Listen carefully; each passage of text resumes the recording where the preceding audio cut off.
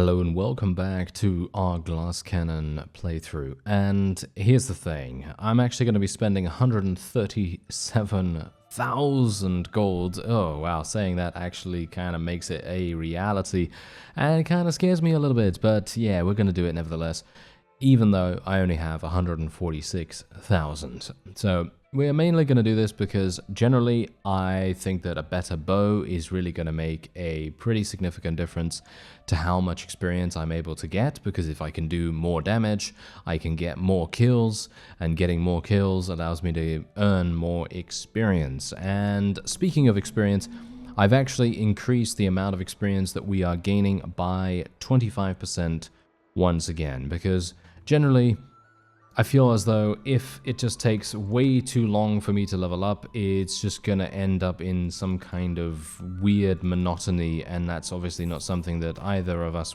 really want. So we'll see how it goes. If it turns out to be way too fast, I'll reduce it back down to 125%, but at the moment it's 150, and yeah, so we're gonna see what really happens with that. Also, I have also aged down, okay? So I've aged down my character because a lot of people seem to think that that was a cool idea, and I thought, well, why not? Let's go for it, eh? And I generally think that there is a rather wonderful person in the Sturgeons. I think someone mentioned, let me see if I can remind myself who it was, but it's someone within the Sturgeons who is an absolute monster in combat, apparently, and I would very much like to potentially marry him, and then we can see what's actually going on there, because generally I would very much like... Now I can't remember who it was. Okay, I'm going to check the comments real quick.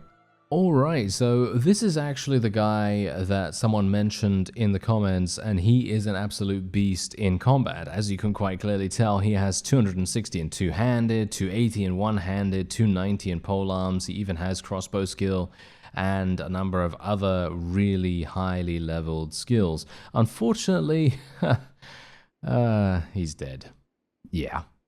Unfortunately, he is indeed dead, so we will not be able to marry him, which is actually really, really sad. Now, I'm wondering, is there anyone else that we really want to marry here? I mean, what about Tynops? He's part of the Western Empire, however. I'm thinking Britannia, actually, for the most part. I'm thinking maybe we should marry someone from Britannia. It might make sense, considering we are of the Britannian culture, you know?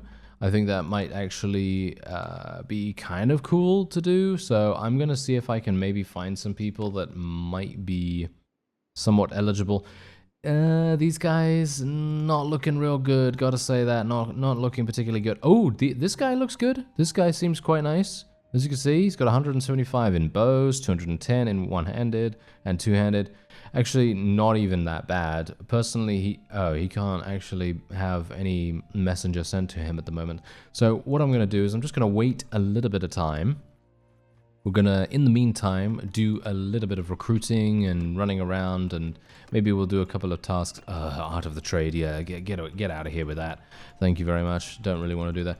And Dirthart, yes, he is indeed attempting to take this. I will run a little bit of interference in the meantime, because I would like to try out my new bow, because my new bow is obviously going to do massive damage, or at least I hope it will do massive damage, but yeah, we'll see what happens with that, and indeed the experience gain too, because obviously I don't want it to turn into anything that's way too simple and way too easy, but I also don't want to make it into a huge slog that is going to take an age to rank up, you know what I mean? So hopefully we'll be able to get a nice balance. That's actually what I was attempting to do with 125%, but I think it might be a bit too slow.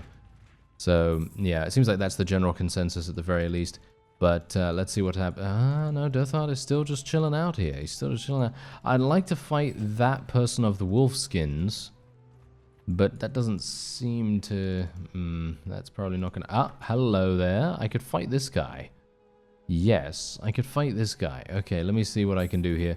This guy is 144 combat strength, but bear in mind we are a mercenary, so we need to make the most of our mercenary contract, especially considering the Vlandians are actually paying us a pretty significant amount of cash for every single unit we defeat.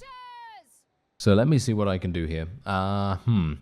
Yeah, I think we're absolutely fine being an archer right here. Oh, this bow looks so expensive on my back right there, doesn't it? Yes, it looks very expensive. Oh yeah, by the way, I have aged her down to basically half of the age that she was before, so pretty much 25.5. So she's now 25 years old, halfway through that age, and hopefully that's going to work out real nice for us. I mean, generally, I kind of wanted her to be able to have some children, potentially, and for her to just be able to experience that portion of the gameplay, because obviously it's been some time since we've played a female character. What's actually going on here with my, oh, there we go, we actually hit someone. Can you imagine that, really? There we go. Yeah. Yeah, these guys are just getting absolutely massacred. I should really try and focus on a couple of their crossbowmen. This is a nice bow, though, I gotta say. I feel like this is a real nice bow. It seems to be working really well for us. And you can see here, I feel like the skill gain is a little better now, because you can see here I'm getting 1 skill point per kill for the most part, and we are pretty low in terms of our skill level as it is. So generally, I don't think it should take multiple kills to get 1 skill point, but obviously that's just me. I mean, you know, the default way of doing things, the default experience gain, I think for a series at the very least, is a bit... I don't know, it makes the game feel more like a chore, more than like something that is, you know, obviously supposed to be fun. But, yeah, I don't know, maybe that's just my own opinion. You can have yours if you want, and I'm gonna take him prisoner. Yeah, I'm gonna take him prisoner, why not? And we will take all the others prisoner too, and we have a new helmet. Yeah, that actually reminds me, I am going to need to, shall we say, I don't think I can really say this in a way that doesn't sound kind of creepy, but I kind of need to strip her down and reduce the amount of weight that she's currently carrying, because her equipment is very, very heavy at the moment, and I think I might need to do something about that. So I might need to go at some point when I have a little bit of extra money, because obviously at the moment I really do not, but once I have some extra cash lying around somewhere, I might be able to go to a marketplace and completely rebuy all of her wardrobe, because at the moment I don't think it's really that light, and as a result it's not really matching the theme of Glass Cannon.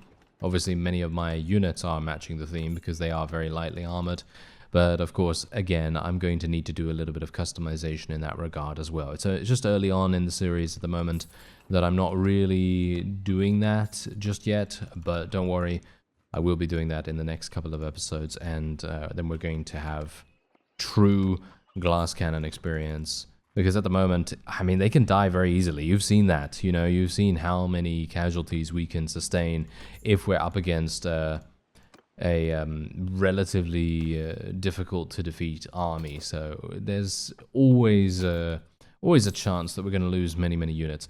Anyway, I am going to sell all these prisoners. Thank you very much. There's another 10,000, and look at that. We're already up at 34,000. Real nice.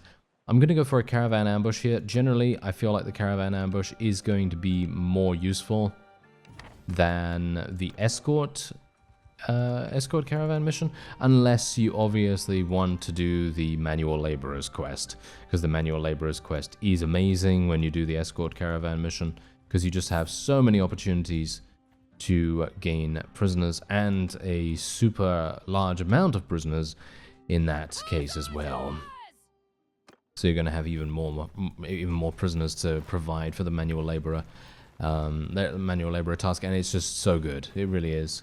They can literally pay you up to 30,000, 40,000, maybe even 50,000, dependent on the quality of unit that you're giving them, and it's just crazy good. Really is. Anyway, let me see if I can get a couple of kills. Oh, nice! I actually hit someone blind, complete blind shot right there. Oh, we actually took that guy out too. Very nice. Okay, yeah. This is a nice bow. I like it. I like it so far. I mean, let's face it, it is literally one of the most expensive bows that you can possibly get your hands on. Oh, this guy literally blocked. Can you believe that? He literally blocked me. How dare you? How dare you, sir? Yes, well, anyway, my forces are, of course, going to be able to achieve victory here. I'm pretty certain of that.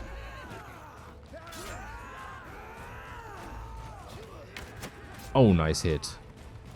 I was not expecting to hit that guy from that perspective, because literally he was walking, well, shall we say, riding from right to left. And, well, there were many, many units nearby to me as well, and you know how I can be. I could shoot my own units many, many times, and I can then say, oh, I'm sorry, sir, sorry about that. And then he'll be, well, speechless because he's dead. That's usually how it goes sometimes whenever I hit friendly fire. But, yeah, not this time around, thankfully. We were able to be quite accurate, and we're going to increase our relation with a number of villages here, and there we have it. Nice. Okay, so that was super easy. We're not going to be doing the escort caravan. I feel like that maybe absorbs a little bit too much time at the moment, and I don't really want to do that. Let's see, needs help with brigands, in and out. Okay, I'll do the needs help with brigands quest, even though I'm not really going to be around Vlandian territory that often. But you never know. Maybe we're going to be fighting them at some point in the near future, and we're going to think to ourselves, okay, I'm going to need to, you know, recruit some units. Well, if I stop by at this particular village, then I'm going to have a pretty easy time of things. Recuperating our armies or something along those lines. Okay, here we go. That nice little auto-resolve. Finish that off, and there we have it. Not bad. Alright, so that was easy. Super, super simple. And a nice lot of reputation gain there. And we can all now ransom our prisoners. And we can now make our way back into Western Empire territory. Hopefully we can fight a couple of vassals. I have increased the amount of units we have in our army at the moment. And our maximum capacity is currently 104 or something along those lines. And I think we're probably going to have to... recruit more units as we move on here, because I am actually starting to get more party size from the varieties of different perks that we're getting here. Decrease mounted accuracy penalties by 30% while using a bow. Might be useful. I think it's probably going to be more useful than party size by 5, so we're going to be taking mounted archery, even though I'm probably not going to be using it on a horse. And what else do we want to go for here? I could go for tactics, I could go for smithing. I probably will be increasing my endurance, let's face it. I think it would probably be a good idea for me to do that. And I know someone said actually that it might be an idea to make a smithing companion. But here's the thing, smithing for me is kind of a, I don't know. At the moment it feels kind of like a throwaway skill. I'm not saying that it's useless, because obviously it's not, because you are basically forced to create your very own two-handed sword, because if you don't, then it's going to be a very difficult time trying to find one in a marketplace. But what I am trying to say is that generally I don't really focus on it that much, and as a result it doesn't really give me it doesn't give me that much benefit, and as a result me making a companion do it, it just seems like a waste of a companion, in my opinion. I would much rather have that companion be, I don't know, heavy infantry or a sniper or a heavy cavalry or something along those lines. So that's the reason why I generally tend to focus on smithing quite a bit. And obviously because it does have some pretty nice benefits later down the line when you're actually able to get to 225 in smithing. You can get things like increasing your control skill, increasing your endurance, and, well, I think that's probably it. Yeah, you can increase your vigor or your control skill. You can choose whichever one you want to have. So I'm probably going to just put another point in that, because we are going to need to create a new sword at some point. Because at the moment I do have a sword that is not exactly the most powerful. It is certainly flawed in many aspects. But yeah, I don't know. That's a first effort, you know, first attempt at creating something. And I think it's actually not bad. It's okay, you know, it's pretty decent. Ooh, hello Krotor, what are you doing there, sir? Oh yeah, we should actually send a messenger to Culharn now, because he is the person that we would like to marry, potentially. and we'll see what's going on with him. Oh yeah, someone actually also said, this is a small tip, by the way, for those of you that maybe didn't see the comment, but if you marry a Botanian vassal and you want to take his bow, you could do that, and then you don't have to spend 137,000 like I just did. So if you are someone that doesn't have a huge amount of money, or you just don't want to spend it, then you can do it that way if you are indeed playing a female character, of course. Okay, so my lord, I note that you have not yet taken a wife. Perhaps you and I think you would need to rise considerably in the Oh, okay. I actually thought he was rejecting our offer there, but apparently he is just wanting us to meet a little bit more often. Okay, well that that was a bit confusing. The use of language in that particular sentence was very confusing indeed. I actually thought to myself, wait a minute, he's saying no? He's saying that we need to get more renown or more influence or something like that? That seemed to be what he was saying, but apparently not. Anyway, they say you are a woman of valor. See, look at that. This guy knows us. Maybe we should marry this guy instead. Anyway, it's 98 versus 98. Let's do this. Alright, let's get my archers to stand around about here. Bear in mind, my archers are basically well, pretty much the meat of my army at the moment. There's pretty much nothing else to comment on the infantry, because I'm very rarely able to even recruit them. As you can see, I do have quite a few of them. I have a lot of Berserker recruits, but these are literally just recruits, and they are very, very easy to kill.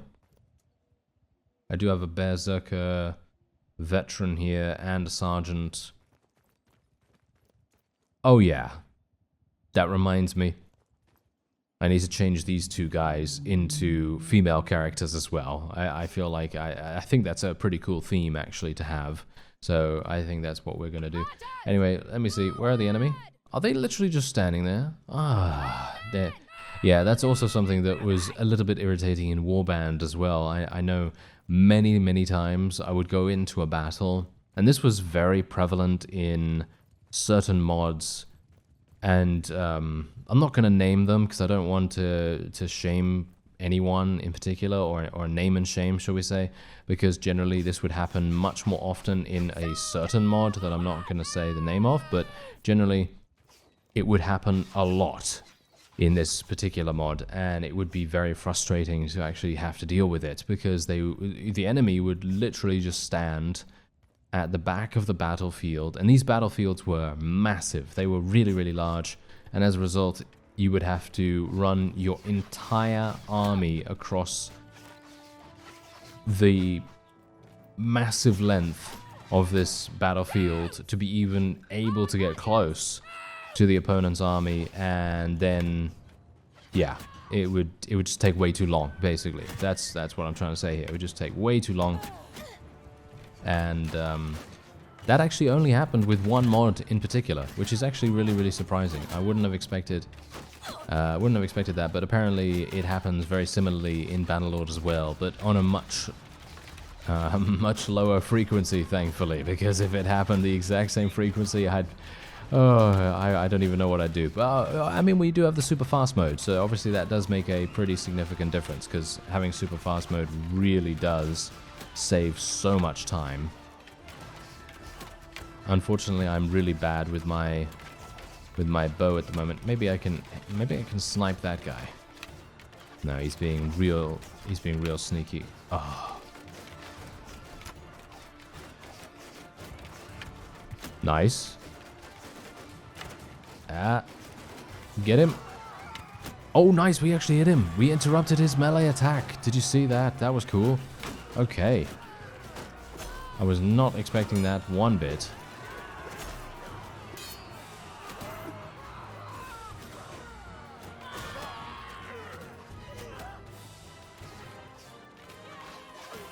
Okay. Well, yeah, there you go. My guys are literally just murdering everything. They certainly are. They are very good at what they do. And here we go. We have 25 of them leveling up. I really want to see more Berserkers, to be honest. Oh yeah, by the way, if you don't know where Berserker comes from, I'd recommend checking out some of the other series. There is a series known as the Berserker series, and that's obviously the whole, that's the play on the word, Berserker, bear, Zerker, because obviously we're bear-tilled, so it kind of, you get it, right? Anyway, point is, that's where that comes from, and I'd very much like to see many, many more Berserkers join our army and hopefully level up and, become absolute beasts like they were in the Berserker series. But anyway, let me see what I can do here. I kind of... I'd like to send another messenger to Mr. Culharn. I think it's been a while, and the messenger is going to take a little bit of time to reach him anyway. So here we go. Hello there. Glad we have a chance to get to know each other. Oh, look at that. 100% chance. Fantastic. Okay. Let me see if I can maybe do a little bit better here. Okay, no. Apparently I don't need to do better because we still have 100%. And there we have it. Okay. Easy. That was a very, very easy persuasion. And I'm hopeful that the next one will be just as easy. Yeah, who knows. Why do these guys not like me, by the way? They have -1 relation. Yes. How unfortunate. Do I have any perks? No. Yeah, I mean, even with 150% experience gain, it's still... I feel like it feels... I mean, it obviously feels better because it is a little faster. But it doesn't feel so slow that it feels like a huge chore and a massive grind or anything like that. But I don't know, maybe the new bow is just making a big difference. Because as I said, the more kills you can get, the better. Because if you can get more kills, then obviously you gain more experience as a result. Because every single time you get a kill, you do get more experience for it. Anyway, let me see what I can do here. There's a... This guy obviously outnumbers us, but I don't know whether that really matters all that much. Let's put these guys into a loose formation right there, and wow, we've actually got a pretty significant amount of infantry right now. Let me just move my forces up here. Yeah, gotta be careful. Gotta be careful about using the super fast mode, because any single time I start using that, I always either think to myself, oh yes, this is fantastic, and then I get absolutely murdered almost instantaneously, or I just glitch myself through a wall or something like that. I don't know. But yeah, thankfully it is there because it's so incredibly useful. It really is. Can I actually hit anyone? Yeah, there we go. I think I've got the range now. Kind of. I've got the range, but not the accuracy. Let's just say that, eh? Ah, nice headshot. Good, good.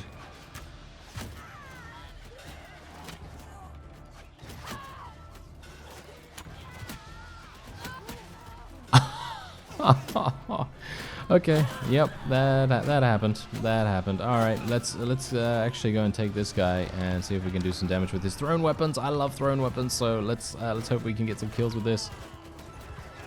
Gonna tell my infantry to charge in now. Oh, come on. Can you do some damage, sir? Yeah, there we go. That's what I'm talking about. 155 damage. It's so much fun using thrown weapons, it really is. Absolutely love it.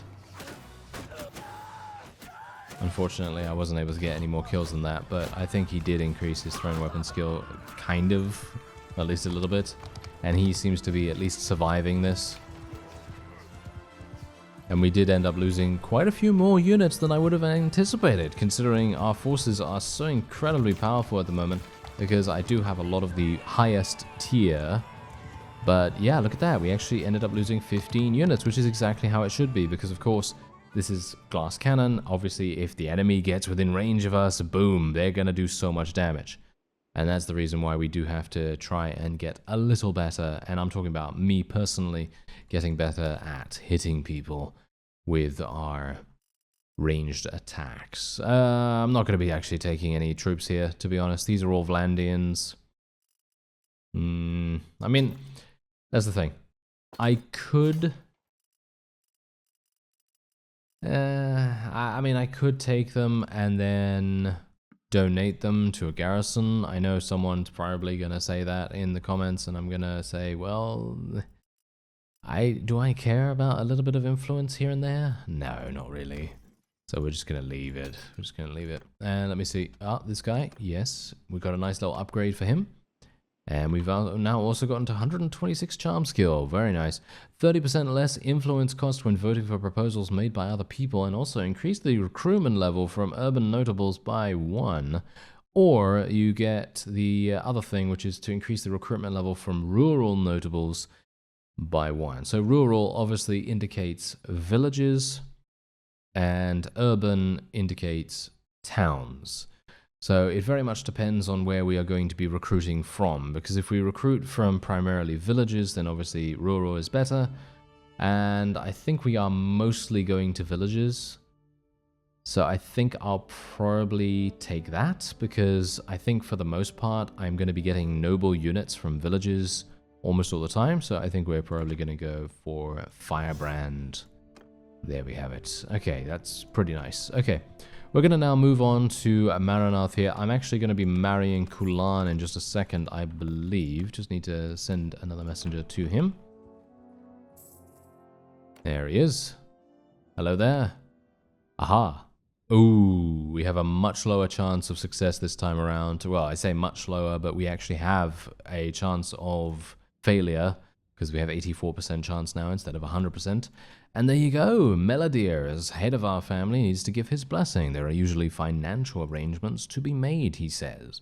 Okay, so I will now be going over to Melodier, sending a messenger to him as I make my way over to Maranath to recruit some more units. There we go. All right. I don't think I need anything from here. We can sell that. There we go. Another 13,000. Pretty good. And should I go into the tournament here? There's one noble present. Sure, why not? Let's go in here and see what we can do. I think I am actually a little bit injured, so it might be... Yep, I'm actually much more than a little injured. Well, this is definitely the definition of, well, glass cannon, isn't it? Because I'm basically doing this with no HP, so I'm going to die almost... Oh no, wait a minute. Let me just bring out my two-handed. Okay. Oh no, never mind. Okay, apparently that was not good. Okay. I'm not going to use RTS camera here to take control of my friends here. Oh, my team qualified. Whew. Okay, that was actually pretty close. I thought to myself, yeah, we're done. But thankfully, that Battanian Falksman literally carried us all the way to the next round. Very appreciative of that, sir. And oh dear, here we go.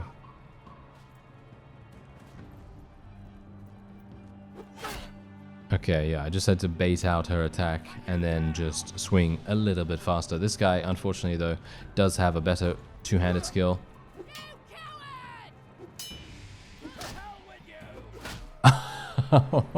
See, now that's the reason why I take Show of Strength. You see, the perk Show of Strength, one of the best things that you can possibly get with a two-handed weapon, because as you saw right there, you know, you hit someone for a decent amount of damage, they have a very high chance, or at least I think it's a pretty high chance, of being knocked over, and as a result, they can't do anything against you. So it's basically like a stun, you know? Super powerful to do that. Anyway, there we go, and this is the final round. Who would have expected, after being eliminated in the first round, that I would have gotten here, eh? Okay, here we go.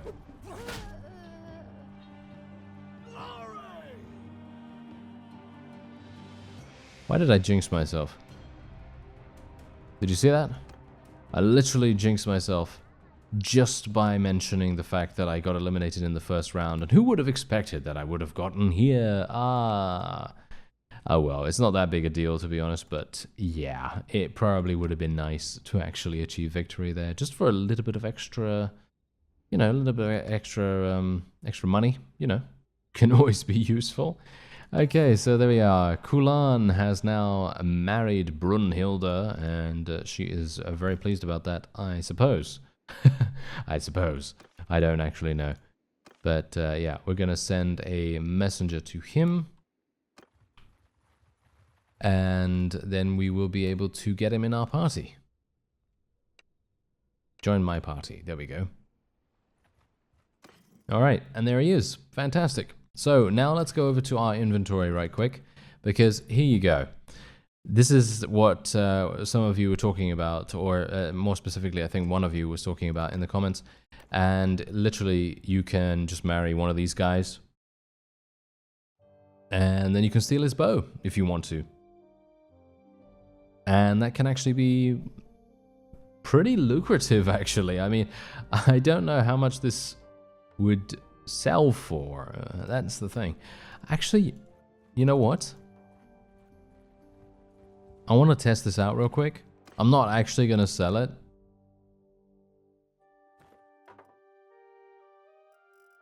Let me just 24,000. Okay, 24,000. Not as lucrative as I thought. I actually thought that maybe it would be lucrative to literally, you know, marry someone, take all their gear, sell all the gear for, I don't know, I was hopeful it would be, I don't know, much more than that, you know, 300,000, 400,000 or something like that, because that could be a nice way of gaining some extra cash, at least early on, because if you can think about doing that and just taking all their gear, I mean, obviously it's a very ruthless way of playing the game, but generally if you want to play that kind of character, then you could do that. You know, it's an RPG after all. I mean, generally it does have RPG elements to it, and you can roleplay in it however much you want, but that's what I'm saying. You know, if you could do that and actually get a suitable amount of money for the equipment that your spouse might have, and it doesn't matter whether it's male or female, you know, they all have relatively decent gear. So, you know, I just thought maybe that would be viable, but no, it doesn't seem like it is going to be that viable, unfortunately. So just thinking about alternate ways of gaining cash. And with that, I think that's probably going to be it for this episode. No doubt we are going to be becoming pregnant quite soon, maybe. I'm actually not entirely sure how that's going to work, but who knows? Maybe we'll be surprised at how lucky we get with that. And otherwise, we can also sell our prisoners for almost 15,000, which is actually kind of amazing. This is what the map currently looks like, by the way. If you're wanting an update on that, it doesn't look particularly different than how it started, but I'm sure it's going to change over time. I thank you very much for watching, and I'll see you next time.